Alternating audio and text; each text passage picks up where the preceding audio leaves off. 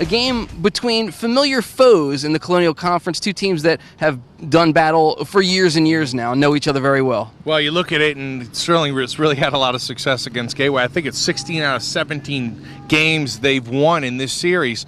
You go back to last year, the two teams met twice during the regular season. Gateway wins one of those games, beats that streak, and then they meet in the championship game of the South Jersey Group 2 Finals. So these are two teams that know each other. The coaches know one another. The kids know one another. I mean, you look back, not just in baseball, but this is the end of the season. So you're looking at basketball and some of the different sports, football, soccer.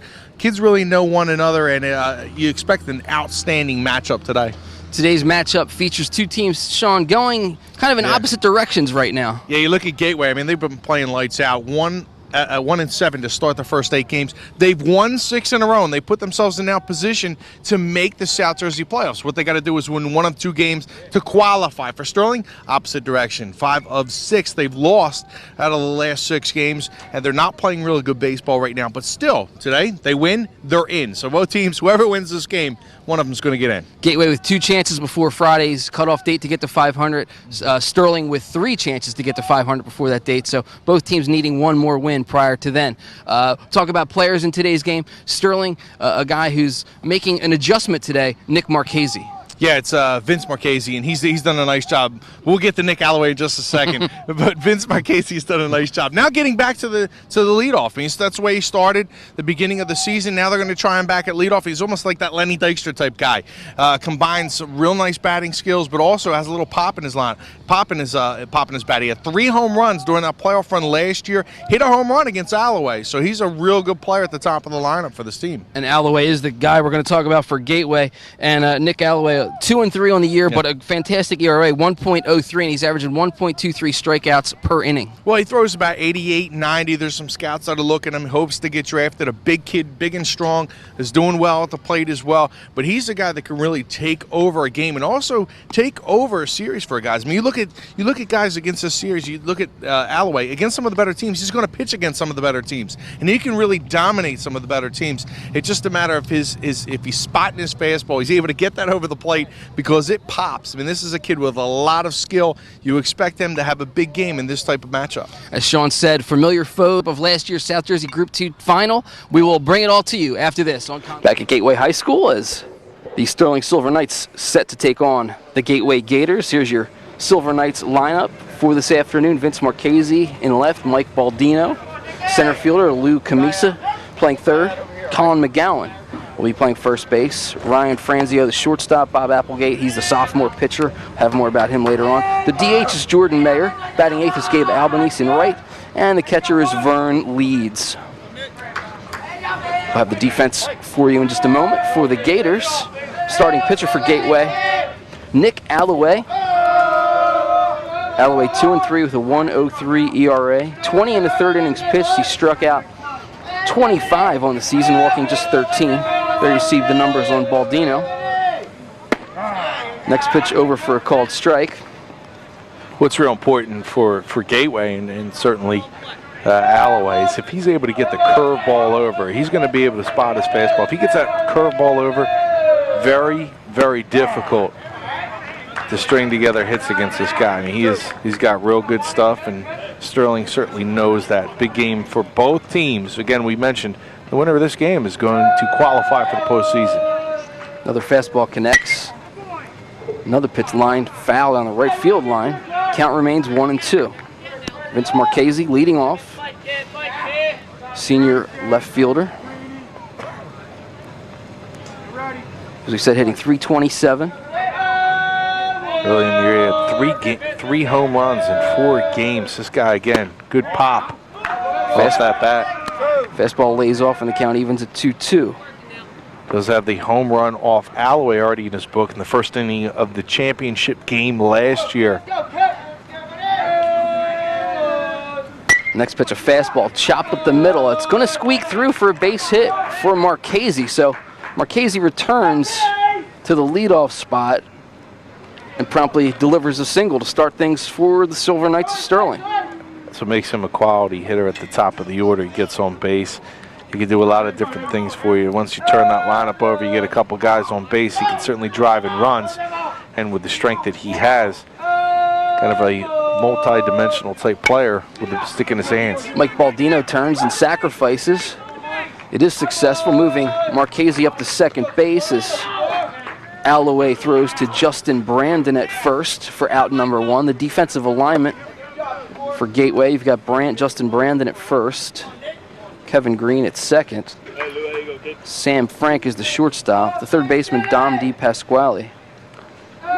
In left, Brent Rubina. In center, Tim Zindel. And in right, Bill Riley. Behind the plate is Rick Ponto. So it brings to the plate Lou Camisa, junior third baseman. New outfield for the Gators after last season. The Gators getting to the championship game, so a little concern coming into the year. See how the outfield was going to play, but they were real pleased with the way the team has responded to the graduating seniors from last year. That's a real good curveball. He's got that knuckle curve that is so effective for him, but also the fastball that tops off at about 88 to 90. Camisa comes in here, the team leading 417. Has 1 home run to his credit to go along with 7 RBIs.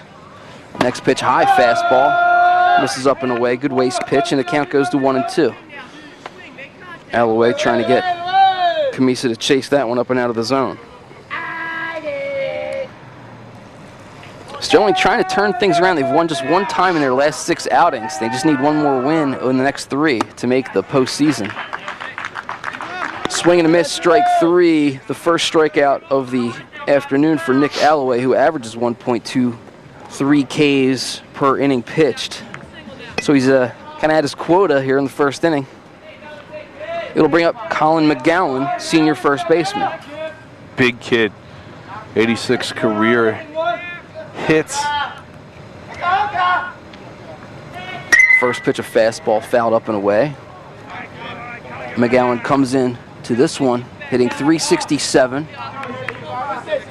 He has delivered a team leading 13 RBIs.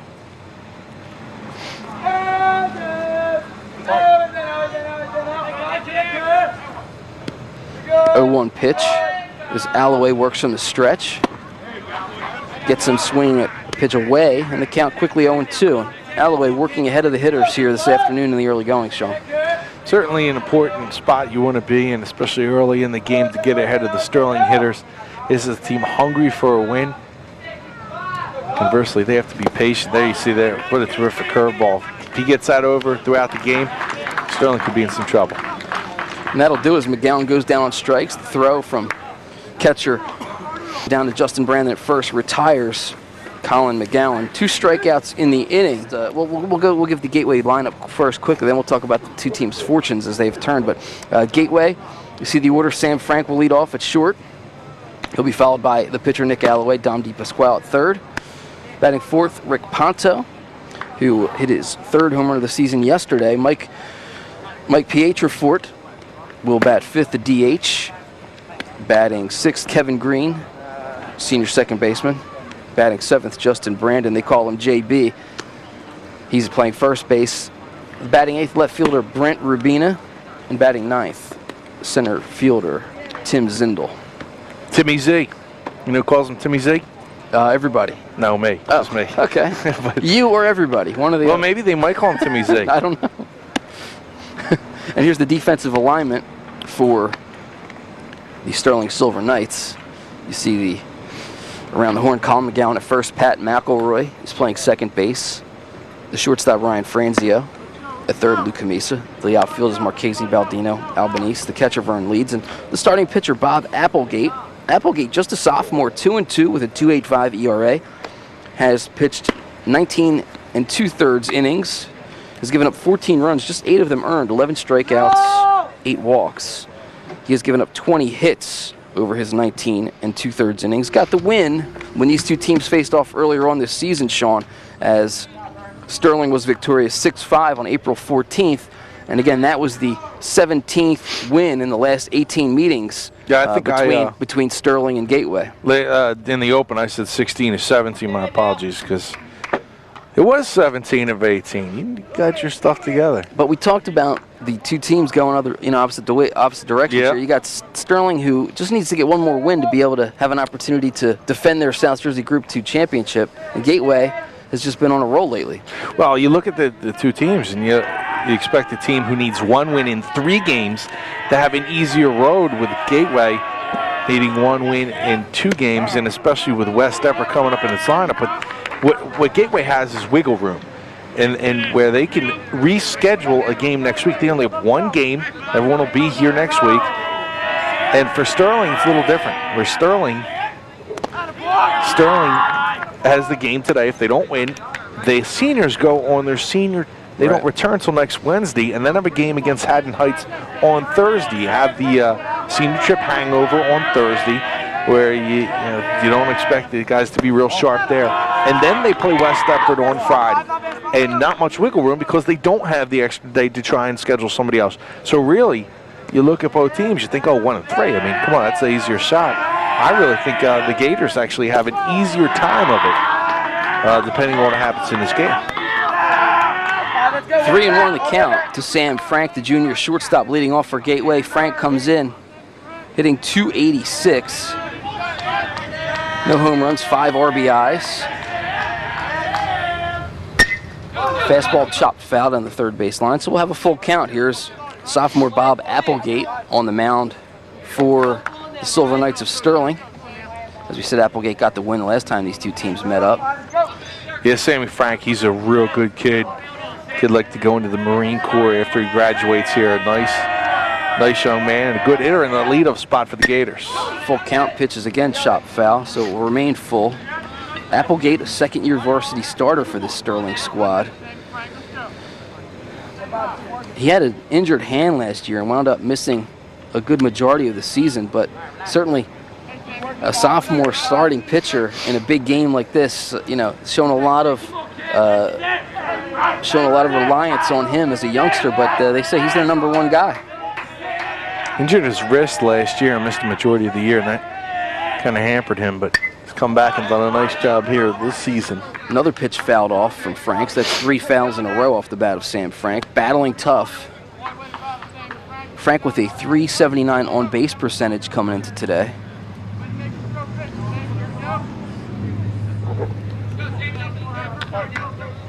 Has good speed, too, if he gets on the base paths. He's 3 for 3 stealing bases this year. Ball hitting the center field. Coming over to make the play, Mike Baldino, the junior, squeezes it for out =1.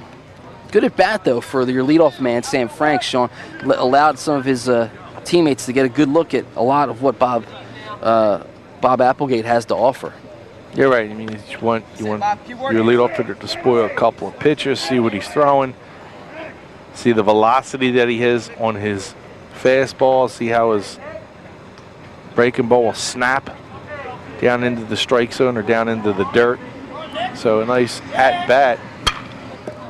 Fastball smoked down the left field line, and it just goes foul off the bat of Nick Alloway. Alloway comes in with an 8-game hitting streak.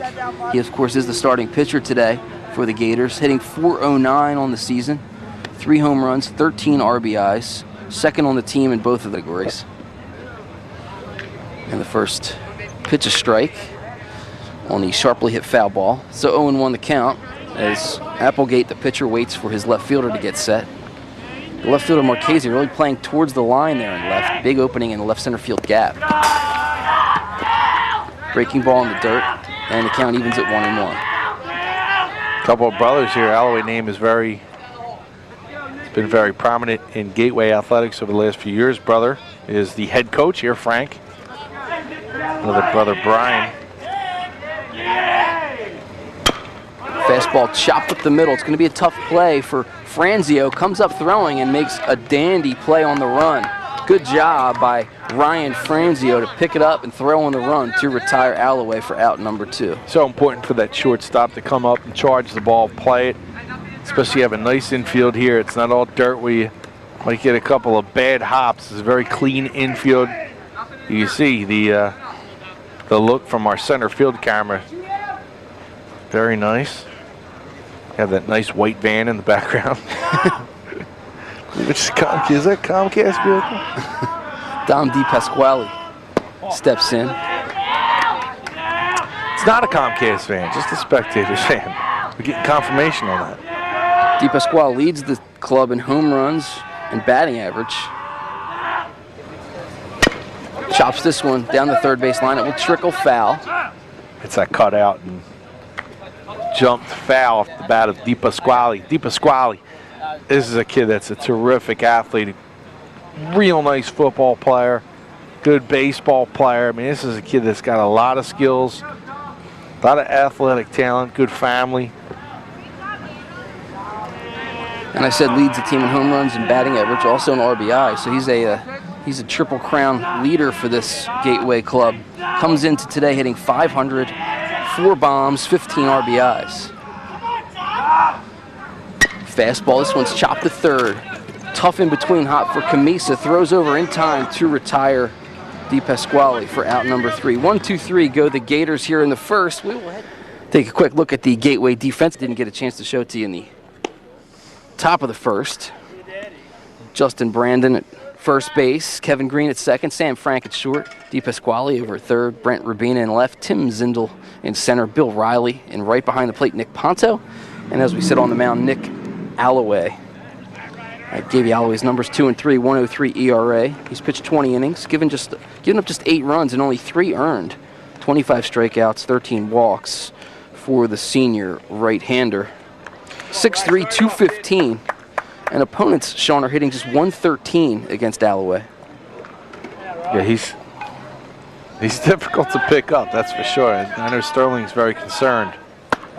Senior shortstop Ryan Franzeo leads it off and takes a called strike 1. I talk about that van, it disappears. Look at that. I didn't mean to scare anybody off. Franzeo, more than welcome. We can hang out here at the table. Franzeo takes high for ball 1. Comes in hitting .267 with a home run.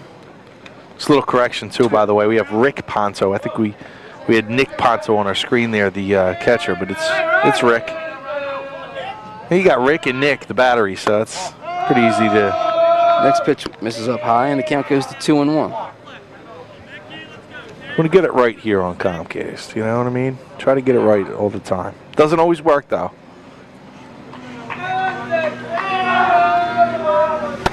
We don't have 1,000 editors on like the big stations do, you know? Swing and a miss at the fastball. And the count 2-2.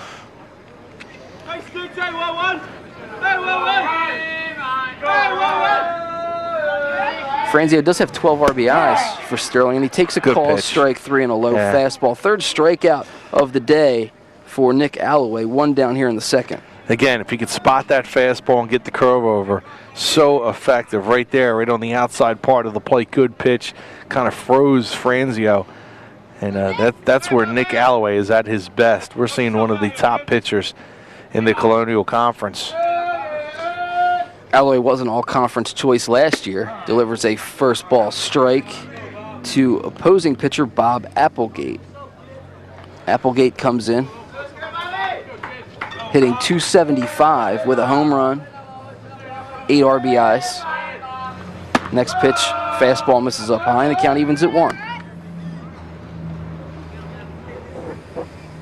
Hey, Bobby, help yourself here, kid. What's it, Bob? Applegate just a sophomore, but Sterling coaching staff very high on him. Fastball. Might say that Applegate will be the core of this team for years to come. Pitch misses wide, and the count 2-1. Good crowd on hand here on a beautiful day here in May. Weather forecast changed so many times for today. The ball's chopped towards second. Picked up over there by Kevin Greene. Easily throws to Justin Brandon in time for out number 2. You know, they were calling for rain, calling for showers today, but not real to nice. Be. Although I Great think day. Showers are still in the forecast for later today, so hopefully we'll get this one in before just that in time breaks out. for the Fightins. That's right. They're home tonight, right? Giants in town. Aaron Rowan returns. Wow, that's right. Last night, Randy Wolf returned. Tonight, Aaron Rowan. It's good to see him. Jordan Mayer stands in. Senior DHing for Sterling today. Mayer comes in with a 429 average, 10 RBIs. You can see he'll make you work. 5 walks on the season. Pardon me, 429 on base percentage, 333 batting average. I apologize. That's all right. Still pretty good, nevertheless. I'll take 333 any day.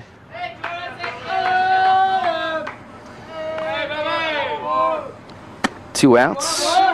Alloway throws one up high, trying to get Mayer to chase it. Does not. Yeah, Mayer's not a guy that's going to chase on you. He's going to make you work a little bit. Good eye at the plate. Good speed.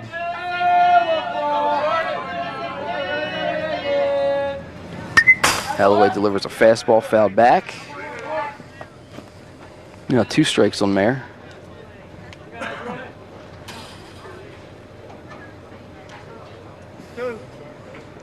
Two and 2 the count, 2 outs.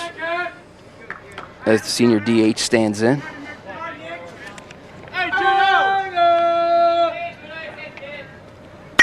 Mayer waits on the curveball, chops it towards second. Greene scoops, throws in time, and down goes Sterling in order here in the second. 1, 2, 3. They did win the South Jersey Championship against this Gateway team. Both of them kind of surprises, a low seed, especially Sterling. I believe they were double digits, 10 seed. Yep. And I believe Gateway might have been a 6 seed. Gateway was actually the 4 seed last year. Yeah, okay. According to the NJSIAA webpage.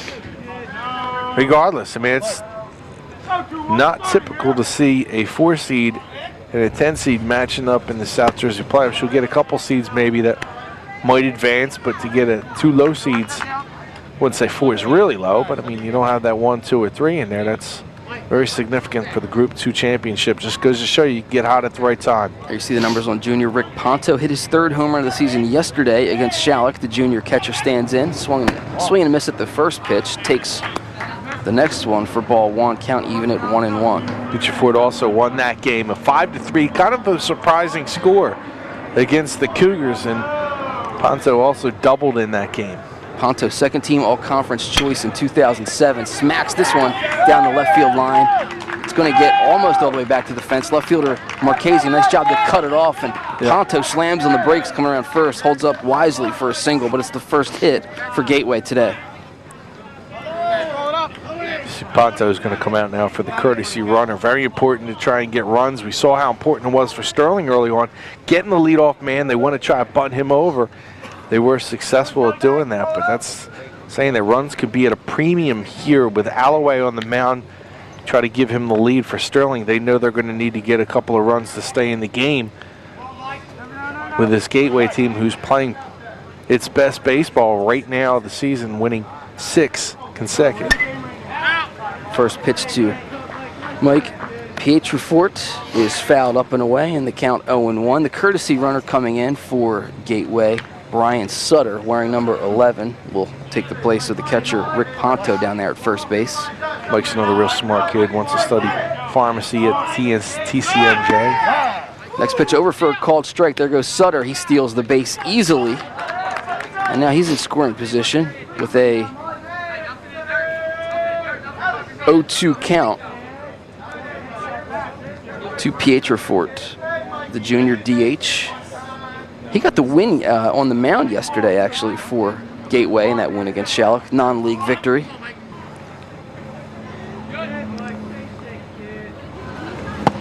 Swing and a miss on a low pitch. Got him chasing for out number 1. First strikeout of the day for Applegate. And with 1 out, it brings up second baseman Kevin Greene.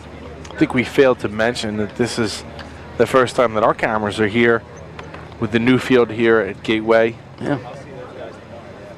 Like I said, first home game since 2005 here at Gateway. They were 2-3 here this season on their new facility. I gotta get acclimated to it. I know there's little nuances that you know about, the other teams don't. Gateway 2-3 at home this year, 5-4 on the road for their 7-7 mark coming into today. But tremendous streak of late, winning 6 in a row to get to that 7-7. 2-0 the count now to Kevin Greene. Greene hitting .222 4 RBIs.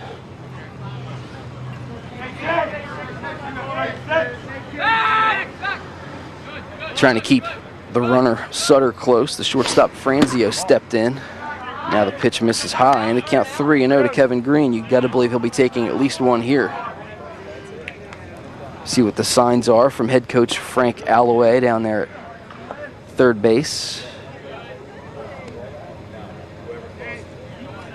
Next pitch right down the middle for called strike one. 3-1 now to Greene. Of course, now we talked about the Colonial, Sean, and you got the 8-11 teams over 500. Next year there will be a 12th team in the Colonial with Overbrook joining the fray. Next pitch over for a called strike, and the count now full 3-2. So I'm side of that Diamond Division of the Tri-County Conference. Goes into the Colonial Conference, and there's a lot of teams that want to shuffle around. It looks like there's a possibility of Bridgeton joining the Tri-County Conference at some point. Next pitch fouled up and away, out towards Tanyard Road. Count remains full 3-2. Overbrook's been in, you name the conference, they've been in it. They were in the Olympic within the last, 10 to 12 years. Then they move over to Tri-County, now making another move to the Colonial. It's like a couple of my friends, just can't commit. Another full count pitch, got him swinging, out number 2. Back-to-back strikeouts for Applegate. Gets two down here in the bottom of the second. It'll bring Justin Brandon to the plate. They call him JB, playing first base for the Gators. And JB hitting 3 with a home run and 4 RBIs. Has an opportunity to run in scoring position here. And 2 outs. A little fake pickoff move from Franzeo. Brandon tires of waiting, calls time. Trying to wait for that first pitch from Bob Applegate.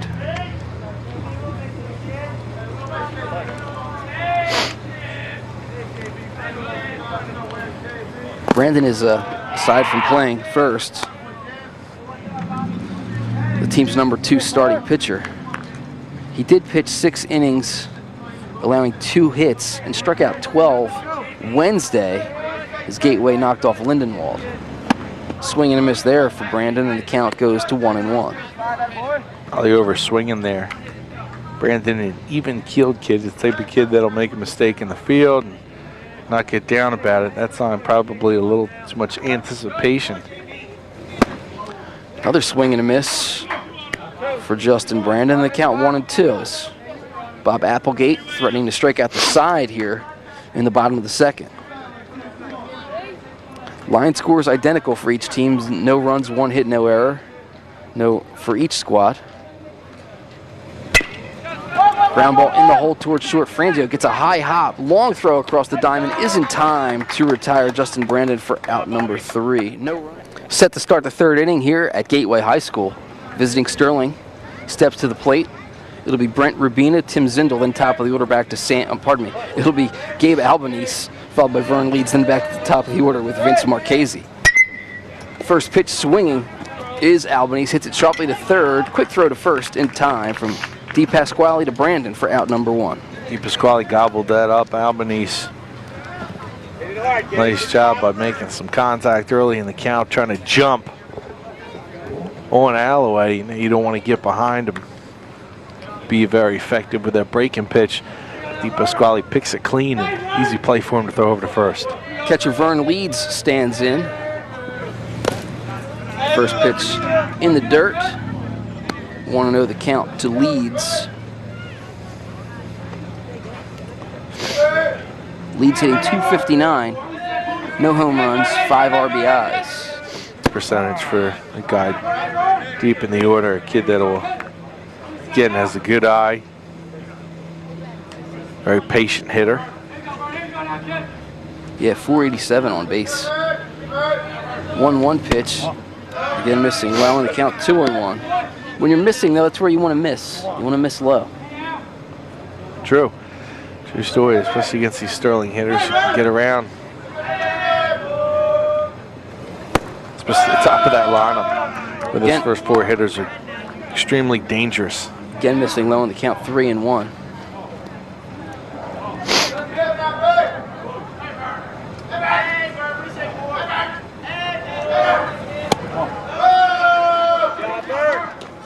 Alloway loses the number 9 hitter. First walk of the day issued by Alloway. And the second base runner of the day for Sterling as they head back to the top of the order, Vince Marchese. We talked about Marchese getting the opportunity to come back to the top of the order. He was the leadoff hitter last year for this team. And as Sean mentioned, he was in that slot earlier on in the season. Did a little shuffling of the lineup and trying to get a spark going. They put him back to the top of the order. First pitch over for a called strike. Baldino, the number 2 hitter, is on deck, was the leadoff hitter. Trying to just change it up a little bit.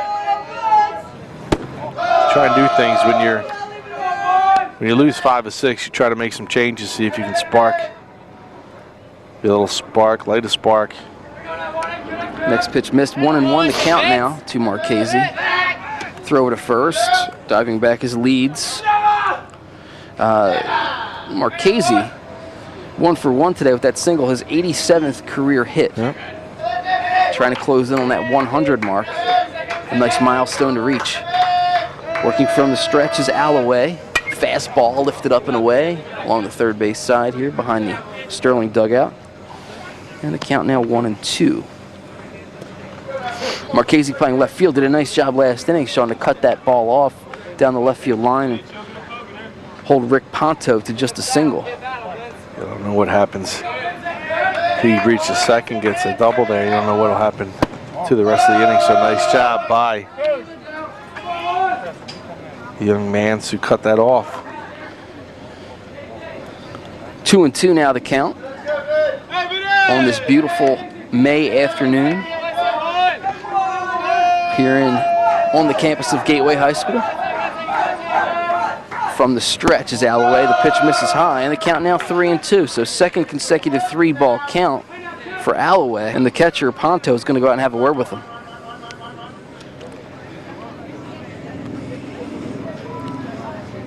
Talked about the new field here, getting adjusted to it. The dimensions down the lines are both 325 and 385 to straightaway center field. You see the blue fence out there lining the field. Full count pitch. We'll see if they send leads. They do not. Pitch is fouled back. And the count remains full, 3-2. You don't get much relief in them alleys either. A lot of room out there. Yeah. Left, right center, and dead center. They say this is one of the larger fields in the Colonial Conference. Of course, last Friday we were at West Deptford. Another fantastic field there, Union Field. That pitch misses inside. And it's back-to-back walks issued by Nick Alloway to put runners aboard at first and second with 1 out. So after Alloway struck out 3 straight over the first and second innings, he's now walked 2 straight here in the third. That's something you want to do when you get into the heart of the order for Sterling. Baldino here. This guy comes up in big games, all-star tournament player, all-tournament player in the South Jersey Grand Slam. South Jersey Grand Slam tournament this year. Takes the first pitch over for a called strike. Baldino sacrificed his first time up.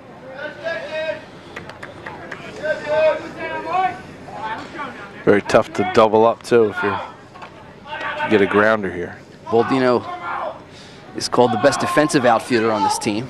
And that's usually who you want in center field. 0-2 now the count to the junior. Became a starter last year for this Sterling club, just before the postseason began. And with that good speed, certainly was an asset in the lineup. Shortstop goes over behind the bag, trying to get Leeds. That little pitch gets away.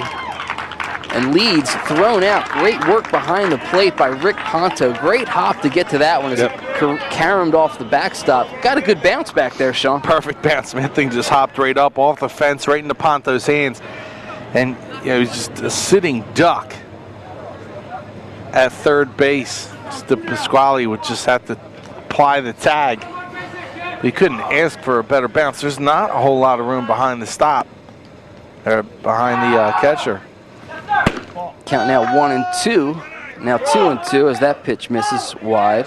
So the runner at second now is Vince Marchese as he moved up on the wild pitch.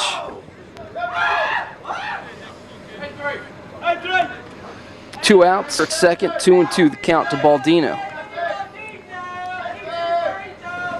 Fastball got him swinging, the 4th strikeout of the afternoon for Nick Alloway, and he gets himself out of a bit of a jam with some help from his friends there.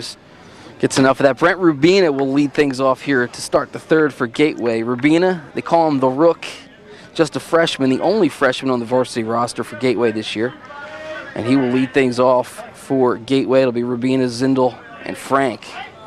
8-9-1 for Gateway. First pitch to the Rook is over for a called strike.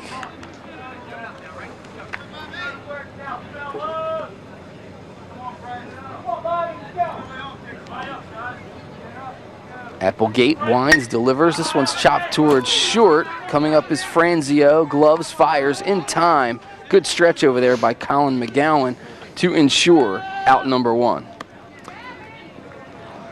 McGOWAN, a nice big target over there at first base for Franzeo, the shortstop, to make the play. Yeah, he is. You see Franzeo, he does a nice job again, charging. Doesn't ever sit back on those plays.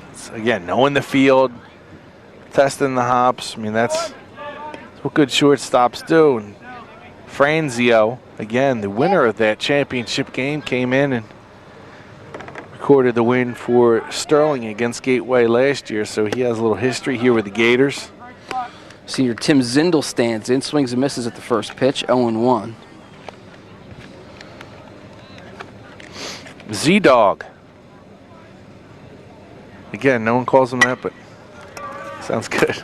Zindel hitting 172. This ball stays down on Franzeo, who gloves, comes up firing for out number 2. Another nice play as Zindel showed good speed there, but Franzeo cuts him down. 2 up, 2 down, and that's 3 assists in a row for the shortstop Franzeo. He got the 3rd out of the 2nd and the first 2 here in the 3rd. His 4th assist of the game. So he's been busy. One of the problems over these 6 games that Sterling has had is really the defense. They've made some mistakes in the field, and that's one of the problems and one of the reasons why they're 5 of 6 in the losing column. But so far today, Franzeo doing a nice job at short.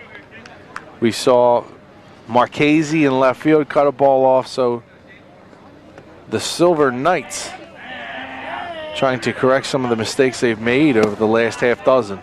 Sam Frank stands in, sees the count run to 2-0.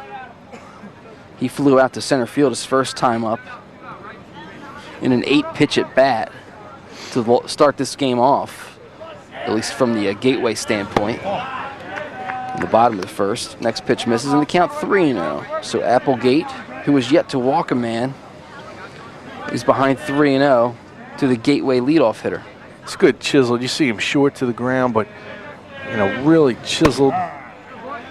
Works on his strength and training and during the off season. Good, strong kid. Yeah, just a good overall kid. I mean, again, can't say enough about a kid who wants to go into the Marine Corps. Keeps himself in great condition. 3-0 is over for a called strike. Next pitch grounded to second, scooped up by Pat McElroy. Throw over to Colin McGOWAN in time for out number 3. Back at Gateway High School, I'm Mike Shute, my broadcast partner Sean Leary for Colonial Conference Baseball. Sterling at Gateway on what is a day here in Woodbury Heights. Yeah. Beautiful weather for baseball. If Ernie Banks were here, he'd say let's play 2. Breaking ball plunks the leadoff man for Sterling. Lou Camisa's going to take that one between the 2 and the 4 on his back, and he is aboard. A leadoff base runner here for Sterling to start the 4th. I'm not sure. I might have hit the front of him. It might have just skipped the front of him, and I'm not too sure if even know if they were going to call that. Ponto asking Piles on the call. He might have hit him in the back, but it looked like he was talking about the front of it. Brings up big Colin McGOWAN. McGOWAN struck out his first time up. The team leader in RBIs with 13. Full scholarship to Seton Hall. Nice. Alloway getting looked at by Seton Hall as well. Another past outstanding first baseman to come out of Seton Hall, Mo Vaughn. Big Mo. You know who else came out of Seton Hall? Craig Biggio. No? One of them guys from the Astros. Sammy Dallenberg. No, not Sammy Dallenberg. I don't even know why I said that. Sometimes stupid stuff. Frank Alloway, the coach. Ah, yes. For Gateway High School. Yes, that's correct. Fastball misses wide. Sammy's haircut. How about it? That was his playoff do. Like the hockey players go with the playoff beard. That was his playoff mohawk. And you notice they didn't win a game after he did that. Oh. So I think we'll be sticking with the normal hairdo in the future as the Sixers eliminated from the postseason last night by the Detroit Pistons. And really, once they lost that fourth game the way they did, you kind of knew it was curtains, I think. Curtains, yeah, it was kind of difficult to swallow. But Frank Alloway, Seton Hall product. In fact, he pitched against Brad Lidge, as a matter of fact. Brad Lidge at Notre Dame, Frank at Seton Hall. Frank, a real nice baseball player here for the Gators. Again, talked about his brother Brian here, Nick. 3-1 pitch, jam job, flick down the left field line. It's going to be extra bases for McGOWAN. Going from first is Camisa, rounding second. They're going to keep him going right on to third base. I mean, rounding third and coming home is Camisa. It'll be a triple for Colin McGOWAN. But yeah, hold on a second. The home plate umpire is going to come out, Joe Pyle. He's going to say that the ball broke the plane there, and they're going to rule a ground rule double, I believe. And they're going to have to bring Camisa back to third base. McGowan's going to have to go back to second with the ground rule double. We'll see, and yes, they do. I'll kind of sort that out. It would have easily been a triple and a run scored, but that ball just kept on slicing down the line and broke the plane down there. There's a white chalk line that runs the length of the field here. There's no fence, so if a ball breaks the plane of that line, it is a ground rule double, or in the case of if the ball's thrown away, the base runner moves up a base. So in this case, kind of ground rules working against the team, and it's second and third rather than a 1-0 lead.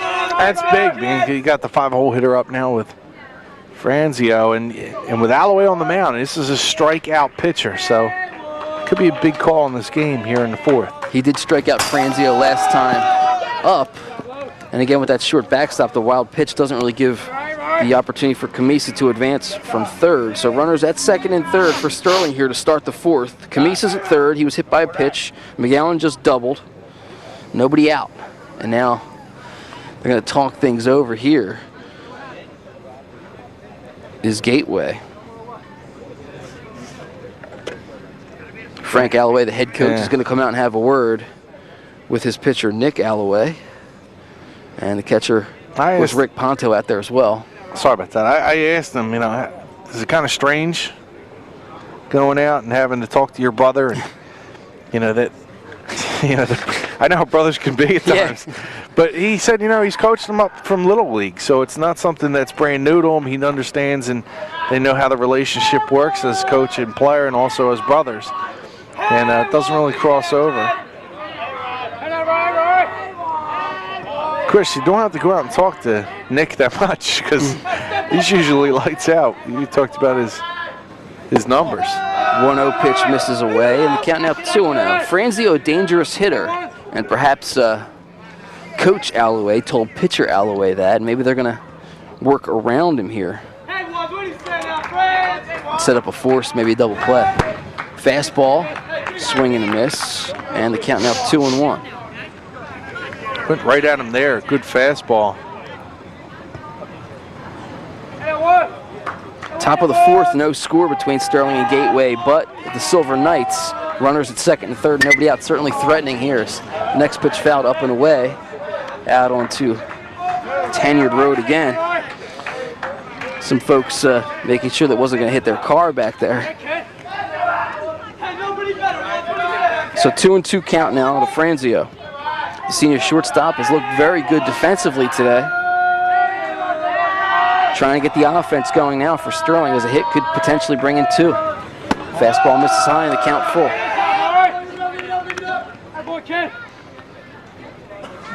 Sterling started the year 6-2.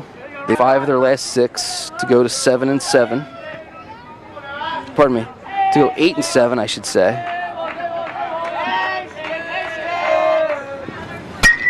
Ball lifted into right field. Franzeo trying to get the sacrifice. Shallow. It's actually going to fall in for a hit. Throw coming home is going to be not in time. Sliding in safely, Camisa, just under a leaping Rick Ponto. Great throw out there from Bill Riley as he came charging in and looked like Sean Camisa kind of waited because he thought that ball was going to hang up there for Riley to catch and try and tag up. Yeah, and Riley, sometimes your eyes, they say, bigger than your stomach when you're eating food. Maybe his eyes were a little bit bigger than his arm there as he's seen the runner trying to come home. But what happens now is you have a runner now at second base, still with nobody out. And the way Applegate is pitching, man, that's something where you have to start thinking about is, listen, 1 run's not bad, two we can overcome, but you start getting into 3 and 4.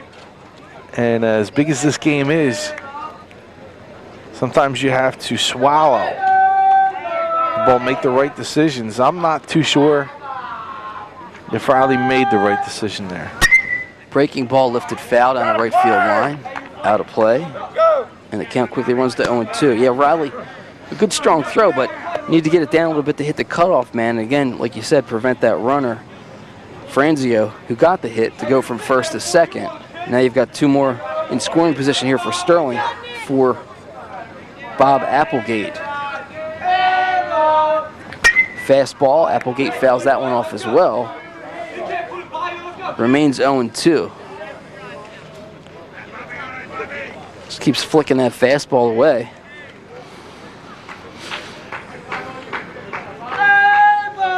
So Sterling grabs a 1-0 lead here in the 4th. Looking for more. Applegate trying to help his own cause. Fastball again lifted foul. Again out of play. Across the street behind us. Count remains 0-2. Gotta be running out of baseballs here at Gateway.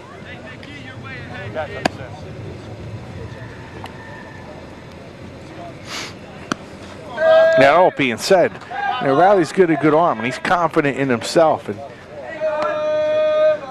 And he thought he could make the throw, try and nail somebody down at home plate. And it's a real fine line for a coach. You get mad because the kid's trying to be aggressive and trying to make a play, and it's very difficult to try and reprimand because you don't want to take the aggressiveness out of an athlete. 0-2 pitch misses, and the count now 1-2. As we have pitcher versus pitcher. Applegate standing in against Alloway. Alloway in a bit of a jam here. He hit the leadoff man and has given up back-to-back hits. With nobody out. Another ball hit back to the mound. Nice job by Alloway to check all the runners, keep them in place, and then retires Applegate for out number 1. Good job, Nick Alloway. And a huge out there. Now comes a difficult decision. If anything, you're going to try and pitch around this batter, get him something to chase. You do not want to, of course, have any wild pitches up there, but maybe pitch around him, set up maybe double play opportunity. Jordan Mayer stands in, checks his swing at ball 1. Mayer grounded out to second his first time up. Comes in hitting .333. Does have 10 RBIs, one of 3 players in double figures in the RBI department for the Silver Knights. Fastball fouled back into the glove of Ponto, and the count evens at 1-1. As we said, a big game for both teams as they're each trying to seal up a postseason spot. Either can do so with a victory today. Next pitch misses high, and the count 2-1.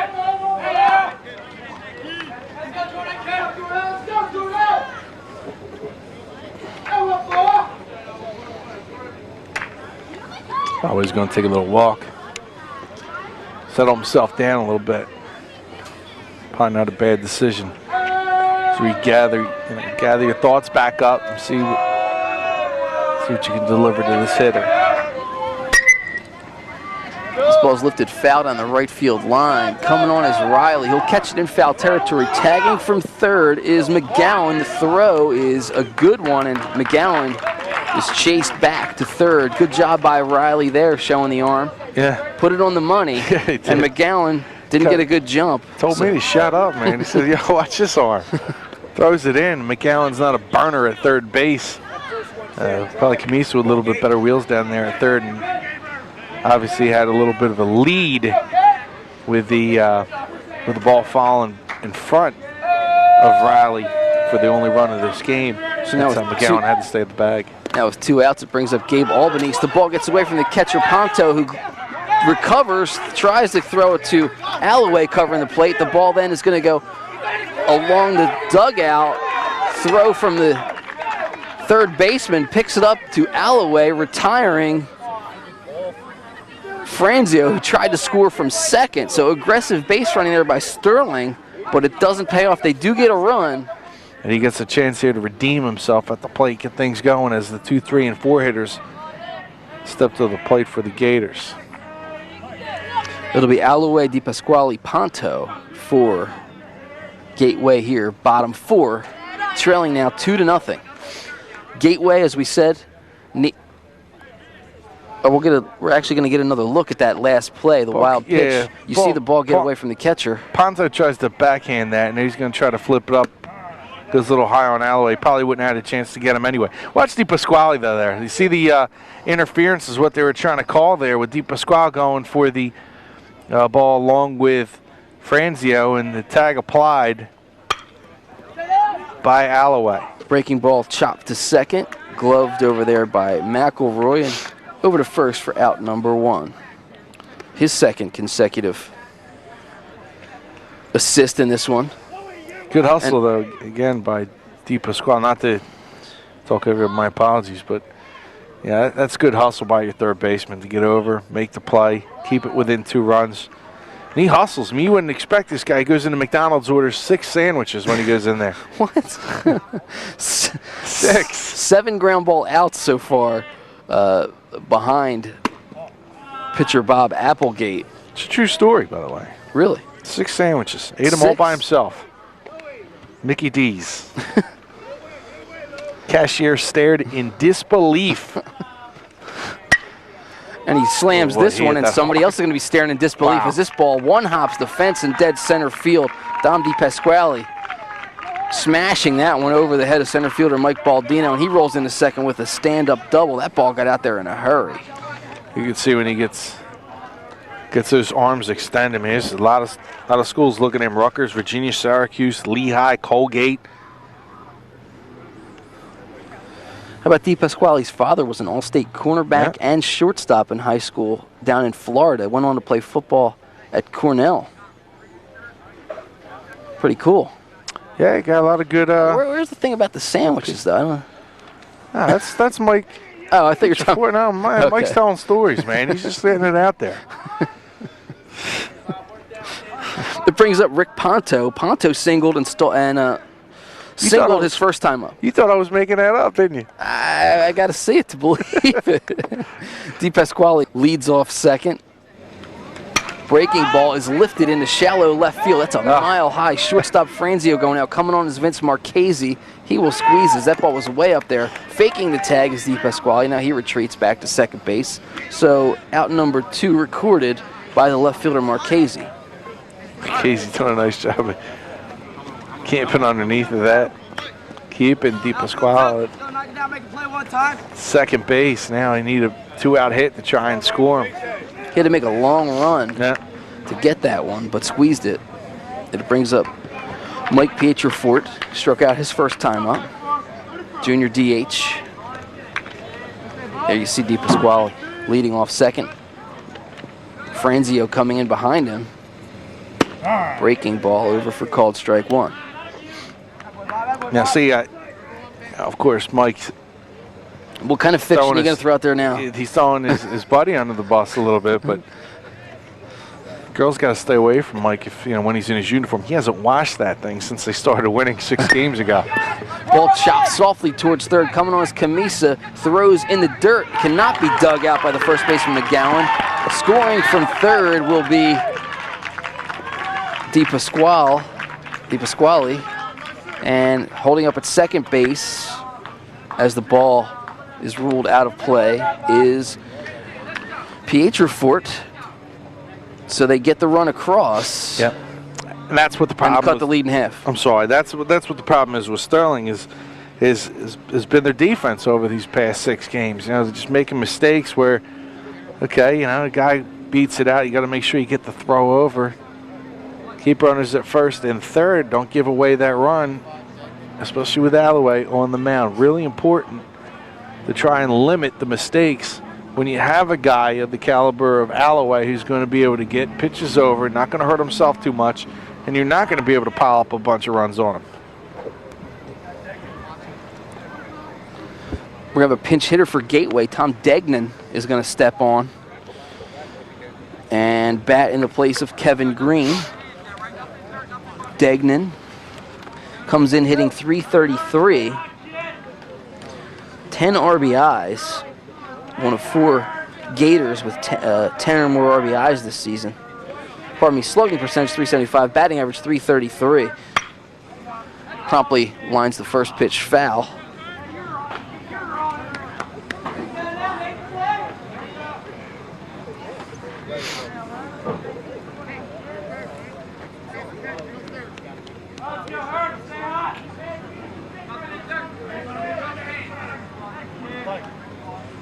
Eight hits this year, just 1 for X. It was a double. Next pitch, fastball in the dirt. Good block by the catcher. Leeds. Throw to third is not in time. As great anticipation there from Pietroforte to get from second to third. Saw that ball in the dirt and he was off, Sean. Exactly. Great jump by him. And getting to third base, you put yourself that much closer to scoring that tying run. Good heads-up baseball by Mike. Now you got Degnan coming in here. This kid who likes to hit the ball the opposite way. He's going to look for that fastball to the outside part of the plate. Don't be surprised if he tries to poke it out there. Good opposite field hitter. 2-1 the count now to Degnan.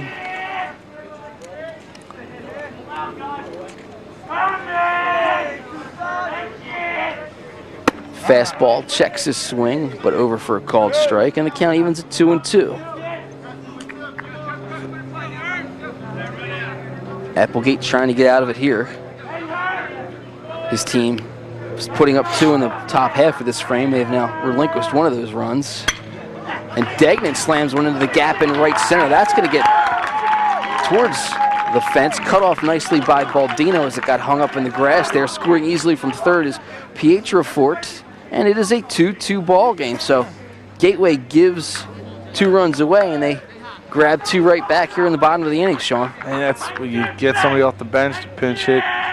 You always got to feel good for that person who comes up and delivers for you. That's their job today, is they come in, make something happen at the plate. And Degnan does a nice job being able to get that runner home. 11th RBI of the season for Degnan. He's aboard now with 2 outs for Justin Brandon. JB grounded out to short his first time up. 0 for 1 officially.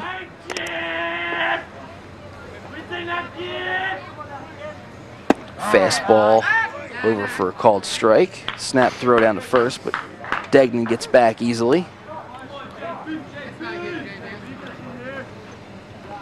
So both Alloway and Applegate, our 2 starting pitchers today, really look good through the first 3, and each running into a little bit of a snag here in the 4th. Breaking ball from Applegate. Bounces up there. Vern Leeds tracks it down and quickly gets it back to the pitcher, but advancing from first to second is Degnan, so he's now in scoring position with 2 outs.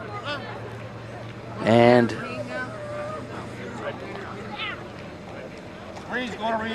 they're going to have a pinch runner now.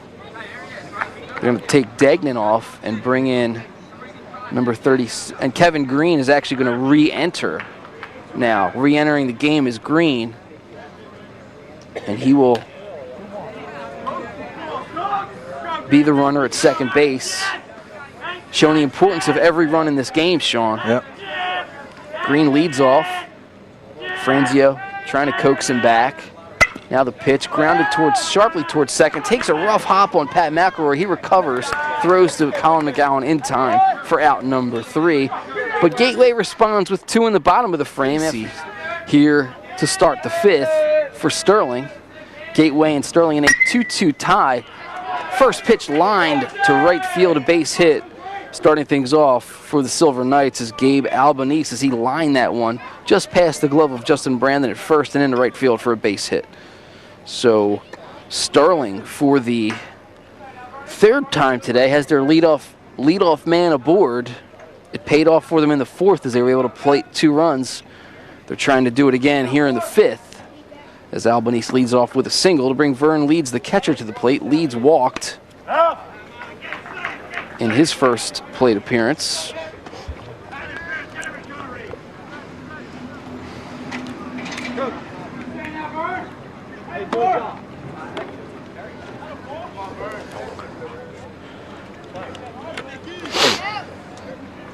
Two teams, familiar foes, Gateway and Sterling. They play twice a year every year, sometimes 3 times a season when the postseason calls. But Sterling's been on the good side of the ledger. 17 of the last 18 times these two teams have faced off. Bunt attempt goes called strike, I guess. I don't think he fouled that off. It was a called strike. Yeah, no, he offered at it. Leeds checking the signs from head coach Chris Hoffman. Hoffman, a Washington Township product. Played at Rowan. Breaking ball in the dirt.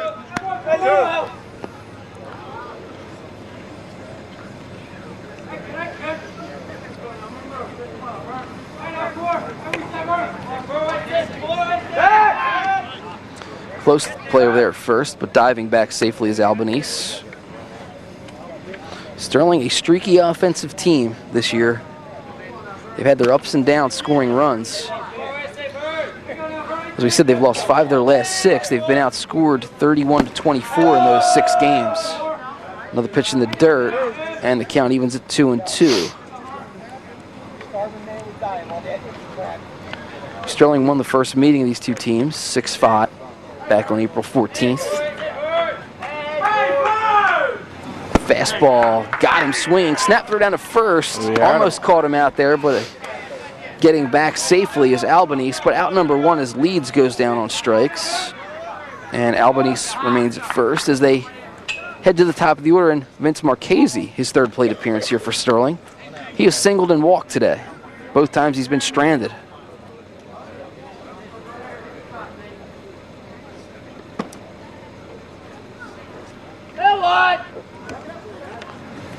Fastball misses high, 1-0 the count to Marchese. Senior left fielder. One of the seniors will be leaving on their senior trip for Florida at 3 a.m. tonight. Less than 12 hours from the start of this game. Swing and a miss, ball gets away from the catcher, Ponto. And moving up to second will be Albanese. 1-1 the count. But I like Ponto. I mean, he really takes everything to heart as a catcher back there. He doesn't get that snap throw down to first base. Probably could have had Albanese. He doesn't make the stop there. I mean, they're difficult plays. They're not easy plays. If you make it, you're looking real good. Very upset with himself. Breaking ball. Good block that time. Kept it in front of him in the dirt. As Marchese takes. Has his man Albanese in scoring position. 2-1 now the count to Marchese. Sterling 6-2 at one point in the season. They were playing Washington Township in the South Jersey Grand Slam tournament. And they came from behind to take a lead. Needed 3 outs, but then gave up 11 runs in the 7th inning, Sean. And since then, they've gone 1-5. So it's, that kind of really, somehow, they got to try and bounce back from that tough loss as the count evens at 2-2 to Marchese. Yeah, it's a tough one to swallow, but again, you get as easy it is as it sounds. You have to be able to forget about a loss like that and move on. It doesn't seem like this Sterling team has kind of forgotten about that game, put it in the past, and trying to get back to the fundamentals to win baseball games.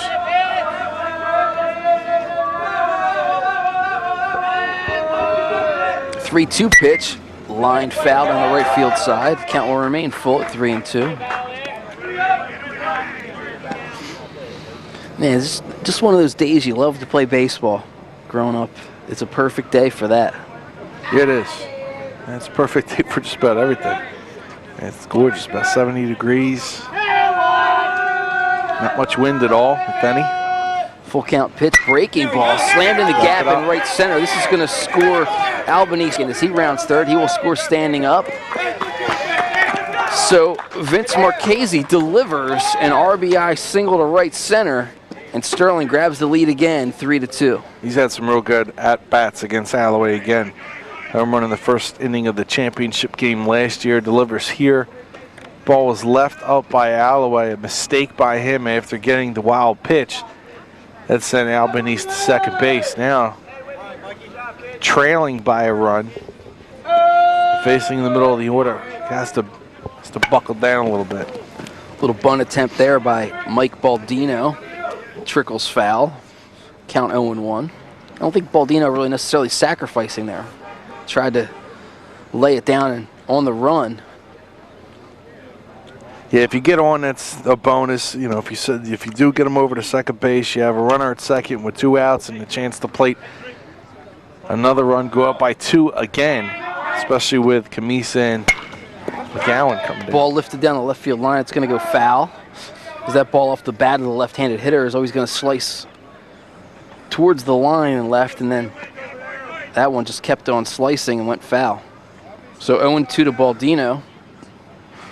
Gateway, we've said they've won 6 straight games, and showing over that stretch, they've outscored the opposition 55-13. Yeah. So they've really picked up the offense. You talk about the Colonial Conference. You've got, of course, West Deptford top the conference, and they've won the conference 4 times in a row now. This Gateway team last won the Colonial in 1999 and 2000. Fastball misses low.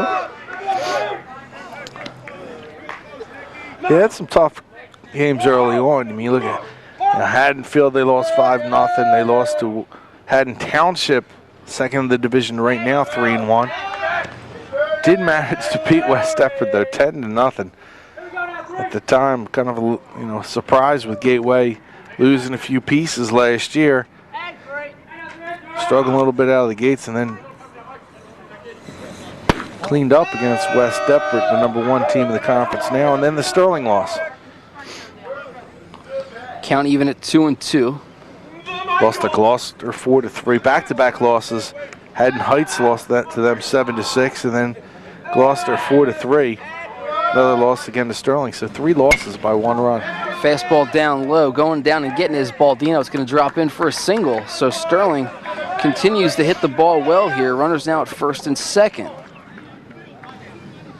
They've busted out the sticks. 3 hits this inning, 2 last inning, accounting for 5 of their 6 hits in this ball game. And Alloway is going to come out and have a word with Alloway.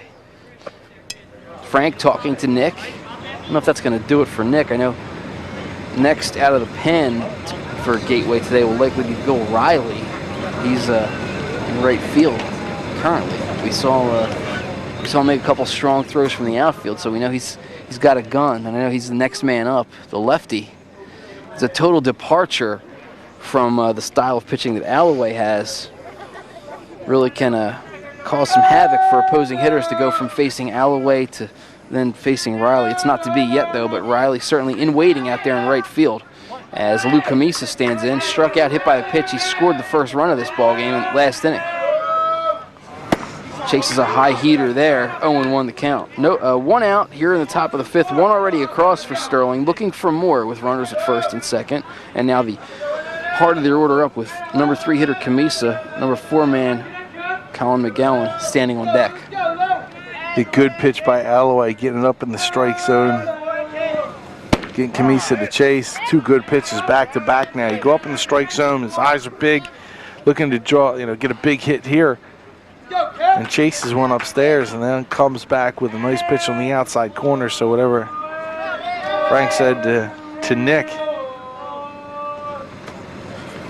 working so far. Absolutely. Blew him away. 3 pitches, 3 strikes, out #2 here in the 5th. And it brings Colin McGOWAN to the plate, the senior, playing first base. He might have said something to him about his breaking ball. You know, he left the ball up a little bit against Marchese. McGOWAN 1 for 2 today with a double, a run scored. Nearly picked up his 13th RBI. With that ball, he hit down the left field line, went out of play. Had to settle for the ground rule double. So I'd have to assume that Frank went out there and told him, just go with your heater for right now. And just go with what works for you. If you're not spotting that curve, if you're not getting it over, and you're leaving it up, keep it in your pocket. Fastball in the dirt, picked up nicely by Ponto. And the count 2-0.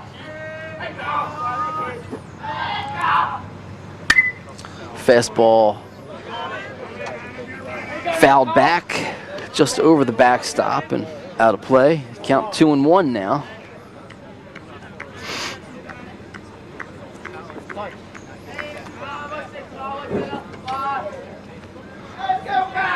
Alloway trying to get out of a little bit of a jam here in the 5th. Fastball taps softly back to the mound. He gloves, throws over to Justin Brandon for out number 3. So the damage minimized for Nick Alloway.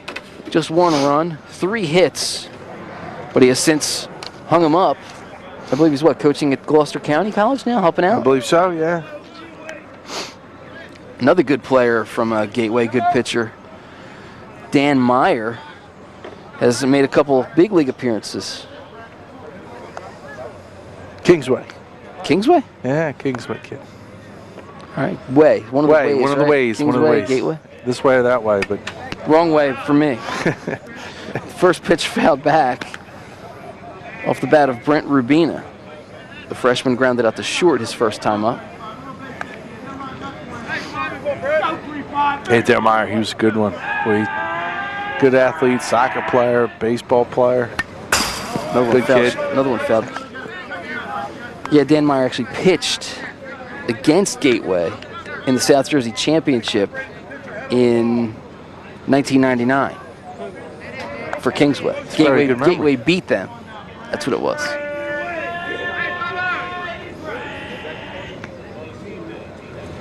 Next pitch bounces up there. Good waste pitch from Applegate, and the count goes to 1-2. Try to get him to chase. He did not. Rubina playing left field today for the Gators. Grounds this one towards third. Picked up nicely by Camisa. Throws over in time for out number 1 here in the 5th. Nice job by Camisa. Gets over, plays the hop perfectly, sets himself and throws over. I mean, that's textbook there by the third baseman to get it over. And like you said, McGOWAN, the big target, easily gets the out. 9 of 13 outs on the ground today for the Sterling defense, to go along with 2 strikeouts. Applegate's done a nice job of keeping the ball down, not hurting himself. Just 2 flyouts in this game as well. Tim Zindel stands in, playing center field. Fouls his first one back to the screen. The count 0-1.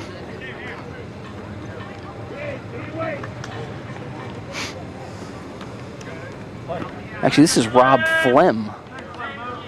Rob Flem, number 9 for the Gators. Looks like they made a last-minute change in their lineup. Ball's lifted foul and out of play.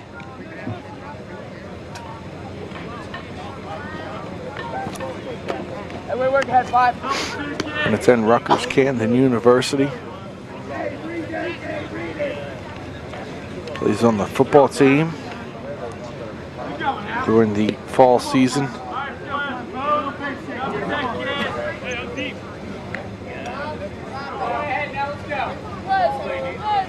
Work on you now, 9. All right, Flem. They say yes. This ball grounded up the middle. Fortuitous bounce off the mound. Franzeo collects the good hop and throws out Flem for out number 2.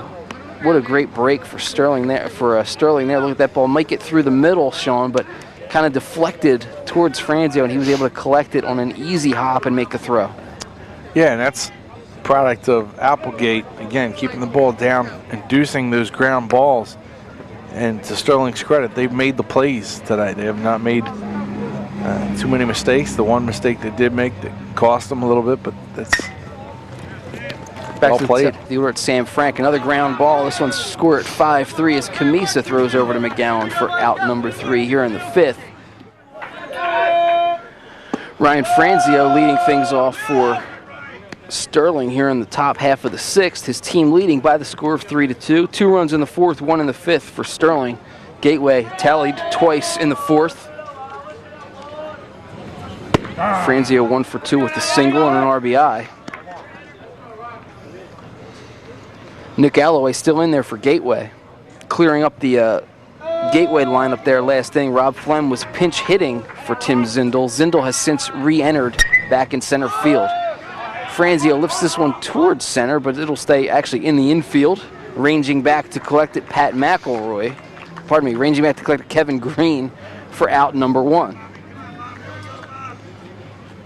Still, the Sterling offense has been patient with Alloway. I think their game plan coming in was make him work, get the pitch count up a little bit, try to stay close and get him out of the game late.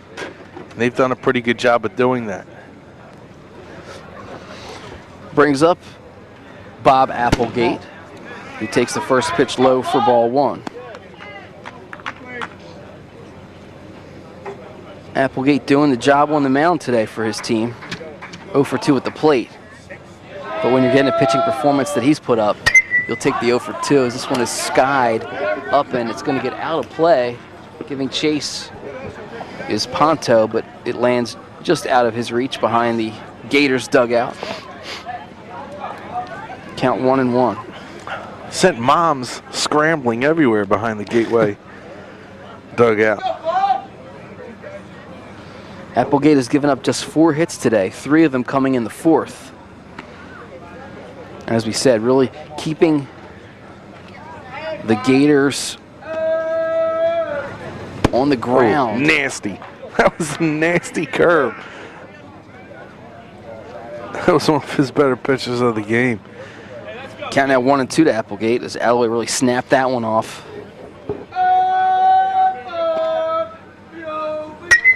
Next pitch lined into right center. Coming over is Riley. He's going to have to collect it on a hop, but he'll hold Applegate to a single. Again, a lot of room in the outfield in left and right center, and that time Riley not able to catch up with it. Alloway's gotten stung a couple times with that. Ball's hitting the alley where you think might hang up to get an outfield over, and ball drops. 7th hit of the game for the Silver Knights, and it brings Jordan Mayer to the plate. Mayer 0 for 2. Takes the first pitch low, 1-0. Alloway's falling behind all 3 hitters that he's faced here. I mean, can't say enough how important that is, especially late in the game. Pitch count's getting up. You want to stay ahead of the hitters. And I think Applegate's done a pretty nice job of that, of allowing his defense to make the plays. Not close play over there at first base. Applegate diving back safely.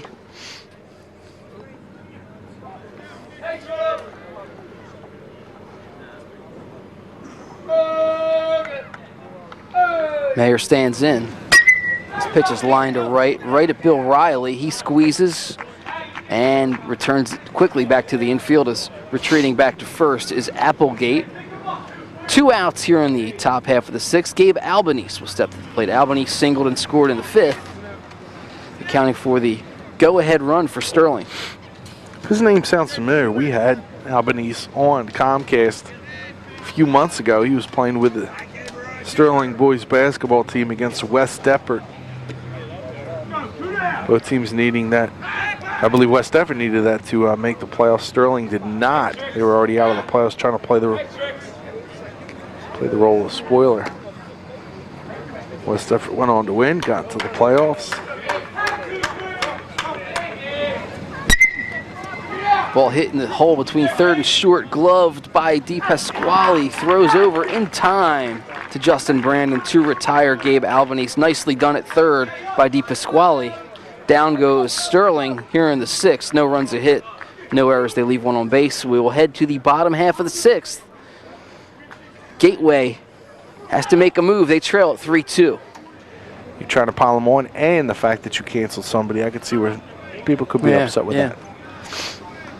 But people still, I think there's a lot more things to worry about. Absolutely. How about the price of gas? You know, let's band together. Let's get on NJ.com. Yeah. Let's band together and get the gas prices down. I don't know whether Kingsway's making the playoffs. Nick Alloway to lead off here in the 6th. 0 for 2 today at the plate against his counterpart Bob Applegate. Applegate 5 innings has given up just 4 hits.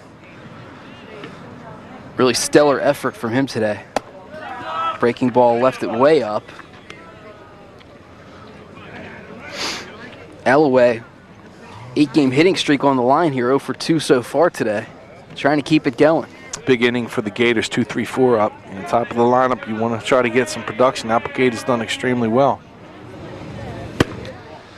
Next pitch misses away. 3-0 count.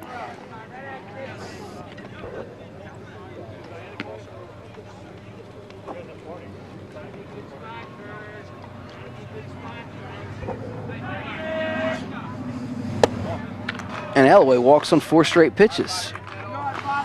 So we'll see if this is perhaps the end of the line for Bob Applegate, or if he will press on.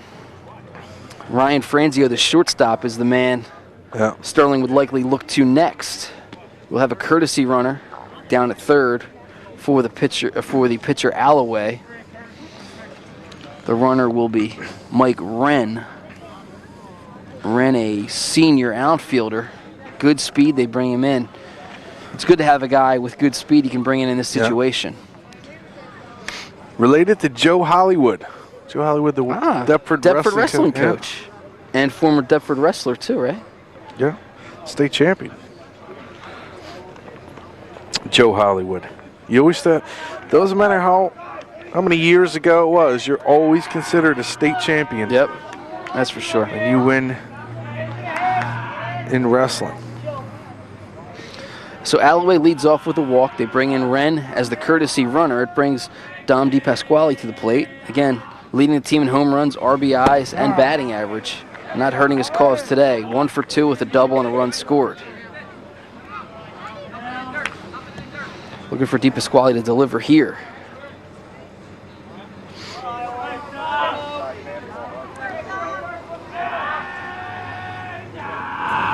Breaking ball in the dirt. Picked clean by Vern Leeds. Nicely done. Count evens at 1-1.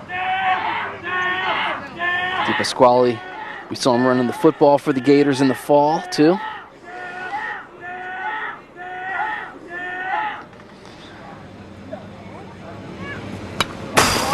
Fastball fouled straight back, and the count 1-2. You had a good cut at that one. Real good cut. Yeah, and DePASQUALE's right on top of that fastball for Applegate. This has got to be a concern right now for Coach Hoppman and Sterling. This is a spot with DePASQUALE up, swinging a good stick. And you don't want to walk him, but you certainly don't want to give him anything where he can connect with him. He crushed one to straightaway center his last time up. 1-2 pitch, fouled up and away as the runner was off and moving with the pitch.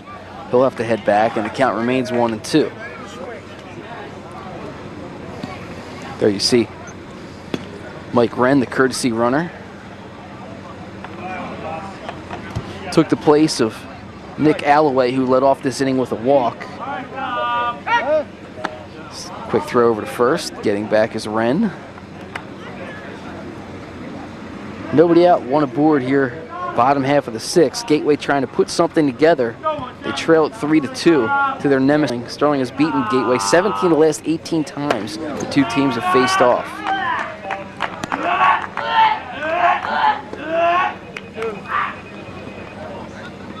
Next pitch is high. This count goes to 2-2. Gateway trying to keep their streak alive. They've won 6 in a row. That ball is crushed deep to left field, and it's gone. DePASQUALE a double and a home run, and Gateway in front by the score of 4-3.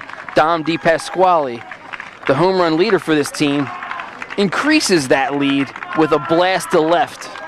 What a huge hit by DePASQUALE. I mean, you could almost sniff that one out. Already having the previous at bat where he leveled one to center field off Applegate. And I'm sure with Applegate being their second best pitcher, they want to try to get him another chance to face DePASQUALE, but he just absolutely pummeled that ball to left field. And now Gateway, with the lead, will have 3 outs remaining to start the 6th. That was the first walk he gave up in this game. Yeah, and that's what was, I thought, where it really got him in trouble, to lead off with Alloway. And then you have DePASQUALE coming back. Ponto is also hitting the ball real well.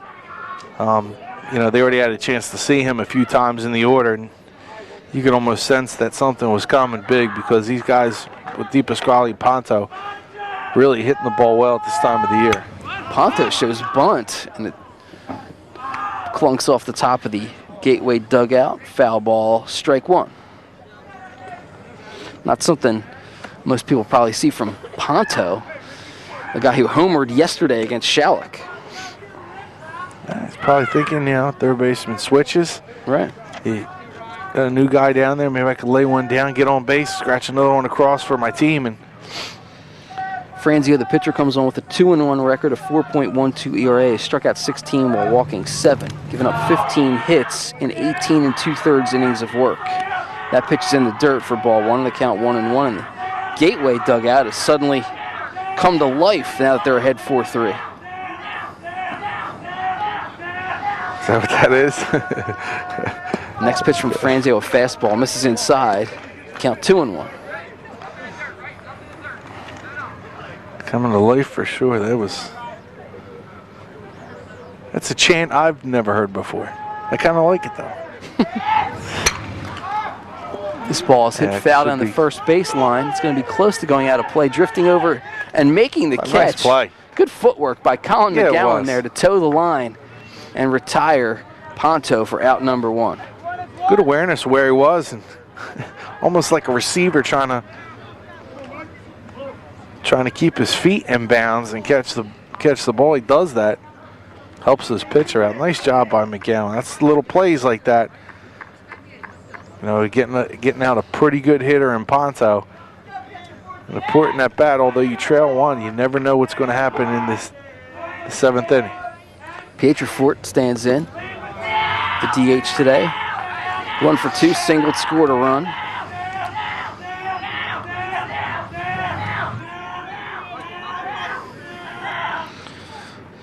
Pietroforte singled and advanced to second on an error in the 4th. And then eventually came around to score on the wild pitch to tally the 2nd run of the 4th inning for Gateway. Good pitch.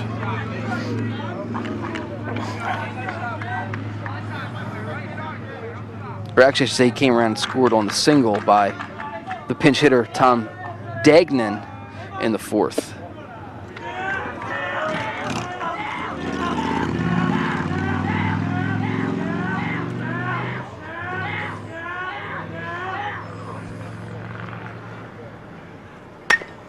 Ball chopped back to the mound. Franzeo gloves, throws in time for out number 2. So Franzeo, as he did so many times earlier today at shortstop, gets a ball hit back to him here at the mound, and it's out number 2. Just looking ahead to that, the next inning, you have the bottom of the order leading off with LEEDS, and then going back up top with Marchese at the top of the order. So not to get too far ahead of ourselves. Gateway needing 3 outs to advance to the postseason. Sterling like to just try and get that 1 run back, tied up, and See what they can do from there. Get it all square. Start over again. Kevin Greene stands in. He's officially 0 for 1. Tom Degnan came in and got that single as a pinch hitter in his place back in the 4th. So Greene 0 for 1 today with the strikeout. Re-entered the game there after the 4th, back defensively. Breaking ball there, bounces.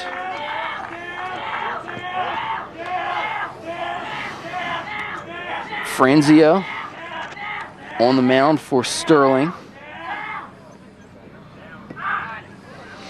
He was number 2 on the list today. Was the winning pitcher in the Group 2 championship game, the South Jersey Group 2 championship game last year against Gateway. Greene lifts this one towards right, but right at Gabe Albanese, who squeezes it for out number 3. That'll do it. Back at Gateway High School, Mike Shoot along with Sean Leary. 7th inning action here in the Colonial Conference. Gateway has just taken a 4-3 lead with a 2-run home run off the bat of Dom DePASQUALE in the bottom of the 6th. Nick Alloway on to try to get the complete game here in the 7th. He will face a pinch hitter, number 32, Ken Myers, a sophomore, stands in. Takes a called strike there.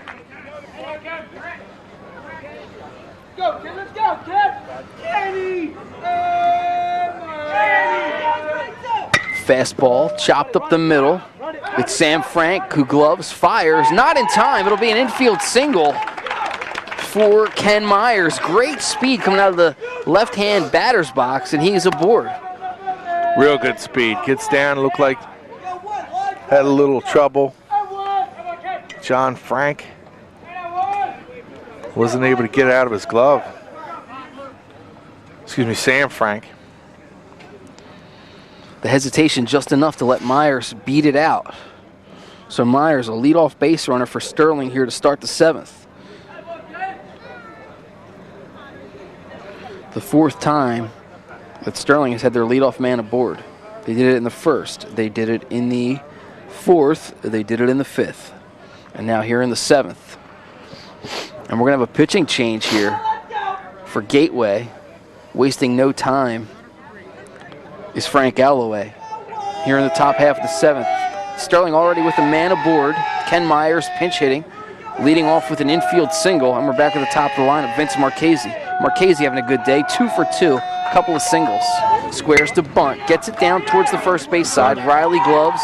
Throws to first in time, but the sacrifice is good. As moving up from 1st to 2nd is Myers. Good job by Vince Marchese, though. Did his job. Yeah, absolutely. Nice job of getting the bunt down, pushing it down to the first base line where it makes it a little bit tougher for the left-hander, Riley, to come off the mound, field it and throw it. And you got lefty on lefty matchup, which should favor Riley a little bit here. Baldino stands in 1 for 3, a single in the 5th. Actually, pardon me, 1 for 2 with a single in the 5th. He sacrificed as well back in the 1st. Takes the first pitch inside and the count 1-0.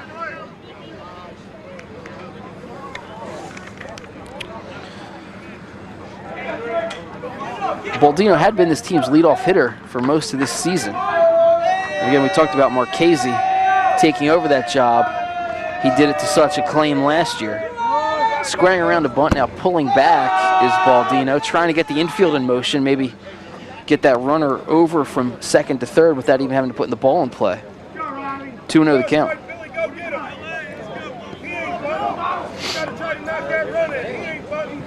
Bill Riley, the left-hander, on for the starter, Nick Alloway. He went 6+ innings, allowing 8 hits, 3 runs. Just 2 of them earned. He's responsible for the man at 2nd, Ken Myers, who singled off him. Again, he squares and pulls back, and again, it's a ball. 3-0 now the count to Baldino. Luke Camisa waits on deck. Remember, he's the leading hitter on the team, a right-handed bat.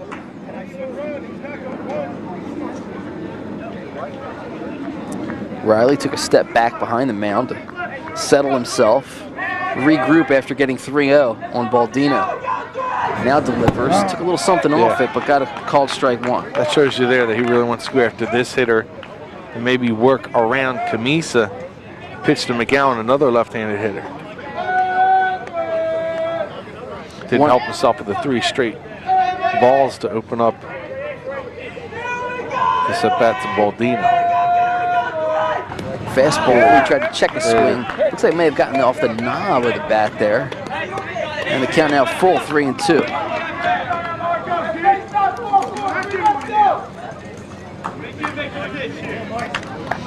So Riley got a little bit of a hand there from Baldino, tried to check his swing, couldn't get the bat out of the way. Count full, 3-2, 1 out, 1 aboard. Leading off of second base is Ken Myers. He would be the tying run there. You see him creeping into your picture now, 32 for Sterling, as the Gateway leads at 4-3. Next pitch lifted up foul, out of play. Count remains full, 3-2. Gateway with a 2-run homer off the bat of Dom DePASQUALE in the bottom of the 6th to take that 4-3 lead.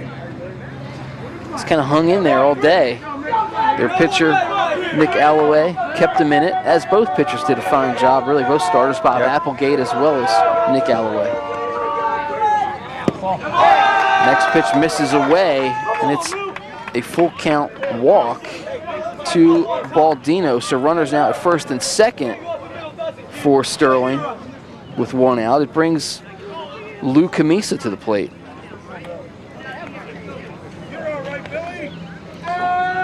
Camisa, leading hitter on this squad, was an all-tournament choice in the South Jersey Grand Slam tournament this year. It's kind of proliferation of baseball tournaments over the years in South Jersey during the course of the regular season.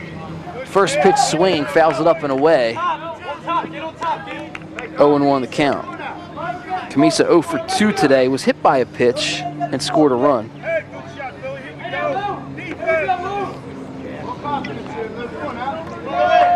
Camisa came in hitting .417, tops on the squad as we mentioned. 20 hits coming into today. Number 21 just goes foul. 0-2 now the count. Camisa, good swing on that one. 20 hits in 48 at-bats for Camisa. Has scored 13 runs. Does have 1 home run. 7 RBIs. Sterling would love to see him get number 8 here in a tight game, a tough spot. Both teams need a victory to lock up a postseason berth in the South Jersey Group 2 tournament. These two teams played in the South Jersey Group 2 championship last season. Sterling winning that one by the score of 11-3.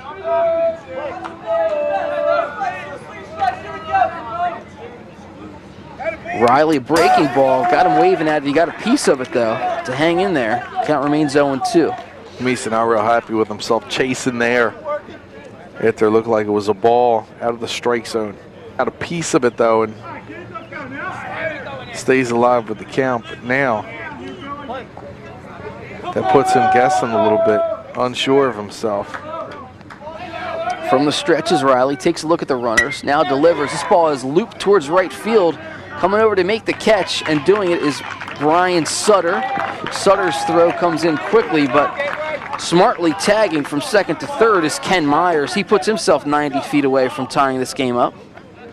And now with runners at first and third on the fly ball, it brings the cleanup man, Colin McGOWAN, to the plate. McGOWAN 1 for 2 today, a double, a run scored. He comes in as the leading RBI man on this Sterling club with 13.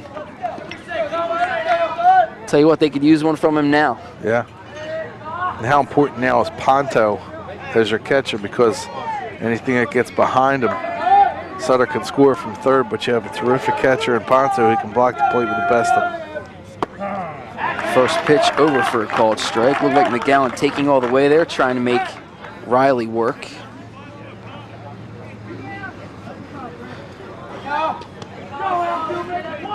Ryan Franzeo waiting on deck, hoping to get an opportunity. 0-1 pitch to McGOWAN. Down in the dirt, he does not chase, and the count now 1-1.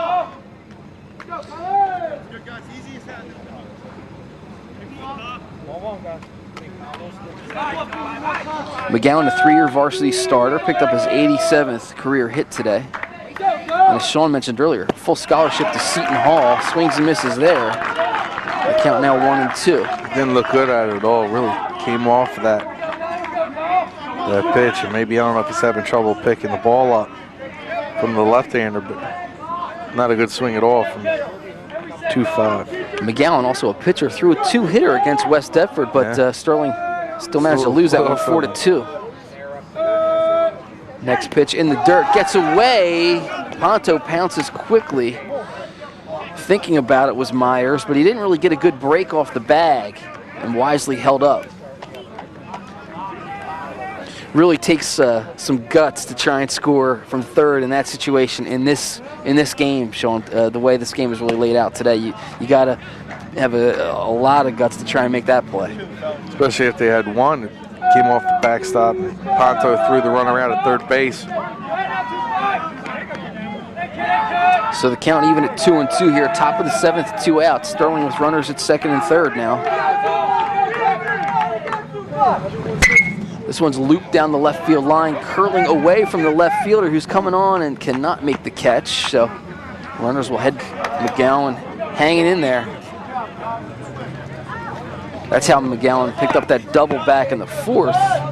Looped one down the line that bounced just inside the chalk and then trickled all the way to the left, actually going out of play. He would have had a triple, but it broke the plane of that imaginary line down there and forced him to settle for a ground rule double. So the count 2-2. Next pitch, down low. McGOWAN gets a bat on it, chops it softly towards short. Sam Frank picks it up, gloves, and throws in time to retire Colin McGOWAN. And Gateway has broken the jinx, Sean. They had lost 17 of the last 18 to Sterling.